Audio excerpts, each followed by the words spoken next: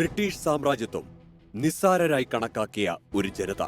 മനുഷ്യനെന്ന പരിഗണന പോലും ലഭിക്കാതെ അവർ ജീവിച്ചു. ആ മനുഷ്യരുടെ ചെറുത്തുനിൽപ്പിന്റെ കഥയാണിത്. സ്വാതന്ത്ര്യ പോരാട്ടം. വർഷം 1857. ബംഗാളിലെ ബരാക്പൂർ പട്ടാള ക്യാമ്പ്.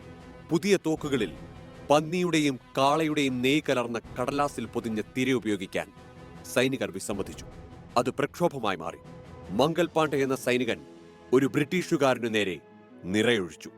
സംഘർഷം ശക്തമായ നഗരങ്ങളിലൊന്നായിരുന്നു ഝാൻസി. റാണി ലക്ഷ്മിഭായിയുടെ തട്ടകം. ഒന്നാം സ്വാതന്ത്ര്യ സമരത്തെ അടിച്ചമർത്തിയതിന്റെ ആത്മവിശ്വാസത്തിൽ ബ്രിട്ടീഷ് ഭരണകൂടം വീണ്ടും മർദ്ദനമുറകൾ പ്രയോഗിച്ചു. കാലങ്ങൾ കഴിഞ്ഞു. മഹാത്മാഗാന്ധി ദക്ഷിണാഫ്രിക്കയിൽ നിന്ന് ഇന്ത്യയിലേക്ക് തിരിച്ചെത്തി. ബ്രിട്ടീഷ് ഭരണകൂടം അവതരിപ്പിച്ച റൗലത്ത് ആക്ടിനെതിരെ ജാലിയൻ വാലാബാഗിൽ നടന്ന പ്രതിഷേധത്തിലേക്ക് ജനറൽ ഡയറിന്റെ നേതൃത്വത്തിൽ പട്ടാളം വെടിയുതിർത്തു. സമരം കടുക്കുകയാണ്. ചെറുത്തുനിൽപ്പ് ഒരു വലിയ പ്രക്ഷോഭമായി വളരുകയാണ്. ഇന്ത്യ എന്ന ആശയം പോരാട്ടത്തിലൂടെ രൂപപ്പെടുകയായിരുന്നു. ഒടുവിൽ സാമ്രാജ്യത്വം മുട്ടുമടക്കി. Tryst with destiny. Long years ago, we made a tryst with destiny.